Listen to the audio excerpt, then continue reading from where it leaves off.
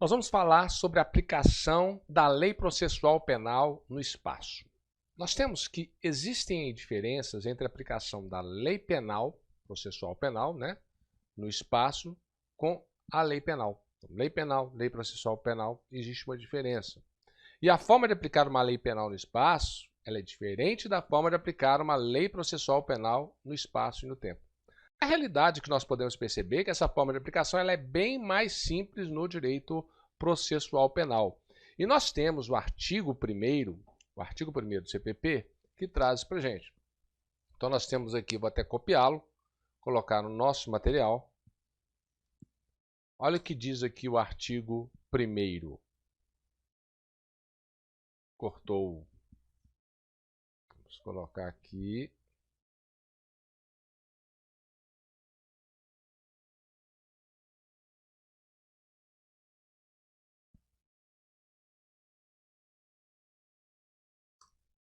Olha o que diz. O processo penal reger-se-á em todo o território brasileiro por esse código, ressalvados. Então nós temos aqui a ressalva. Então eu aplico o processo penal em todas as situações, eu aplico o Código de Processo Penal em todas as situações de crimes ocorridos no Brasil? Não, porque eu tenho aqui a ressalva. Esse artigo aqui já traz para a gente a ressalva, e por isso que eu estou trazendo aqui para você. Então, os tratados e as convenções e regras de direito internacional, eu não vou aplicar o processo penal. As prerrogativas constitucionais do presidente da República, dos ministros de Estado nos crimes conexos com o presidente da República e dos ministros do Supremo Tribunal Federal nos crimes de responsabilidade. Os processos de competência da Justiça Militar, nós não vamos aplicar. Os processos de competência do Tribunal Especial e os processos nos crimes de imprensa. Aqui tem até uma ação declaratória, uma DPF aqui, no 130, depois vale a pena você verificar. Mas olha o que nós vamos concluir com isso aqui. A regra é o princípio da territorialidade. Locus regit actum. Essa é a regra. Regra é o princípio da territorialidade. Significa que o Código de Processo Penal é a lei processual penal brasileira e é aplicado em todo o território, em todo o crime que ocorrer dentro do território nacional. Essa é a regra. Então, aplica-se crimes ocorridos dentro do território nacional, aplica-se o CPP. Então, nós temos aqui, essa é a primeira regra que nós temos. Mas nós vimos, de acordo com o artigo 1º, que nós temos exceções. E você tem que saber as hipóteses de exceções do Código de Processo Penal no artigo 1º, que isso pode ser cobrado na sua prova. Por exemplo, no caso de crime militar, quem vai julgar? Nós temos ali, é julgado no âmbito da Justiça Militar. Não é o Código de Processo Penal. Vai ser utilizado ali, exemplo, crime militar, nós teremos que utilizar o Código de Processo Penal Militar. É o CPPM. Então, observe que aqui é a exceção. Então, nesse sentido, é importante você compreender os incisos aqui do artigo 1º do Código de Processo Penal, que traz essas exceções. Então, fica aqui a dica para estudo. E aí nós temos o seguinte. De acordo com o artigo 2º, olha lá o artigo 2º do Código de Processo Penal. Artigo 2º, nós vimos o 1º. A lei processual aplicar-se-á desde logo, sem prejuízo da validade dos atos realizados sob a vigência da lei anterior. O que significa? Vamos pegar, colando aqui. Então, esse artigo 2º, nós temos que no Brasil, eu vou aplicar desde logo a lei processual penal. Então o processo ele é visto como sendo várias possibilidades de aplicação. Então, surgindo uma lei nova, ela vai incidir desde logo. Surgindo uma lei processual, ela vai aplicar desde logo, mesmo que em prejuízo do réu, diferente do direito penal. No direito penal, a lei, se ela for pior, ela não se aplica. Mas nesse sentido aqui, nós podemos falar que, mesmo que o fato tenha sido praticado antes da nova lei, ela incide desde logo no processo penal. Isso também vale nos casos em que a lei é pior para o réu. Isso vale nos casos que a lei seja pior para o réu. Atenção, porque isso aqui é processo penal. Então a gente aplica de imediato o processo penal. Tá claro? Então nós vamos ver o seguinte, uma pergunta. E nos casos das normas processuais penais materiais que sejam híbridas? O que é uma norma penal material híbrida, também chamado de mistas? Bom, no caso de normas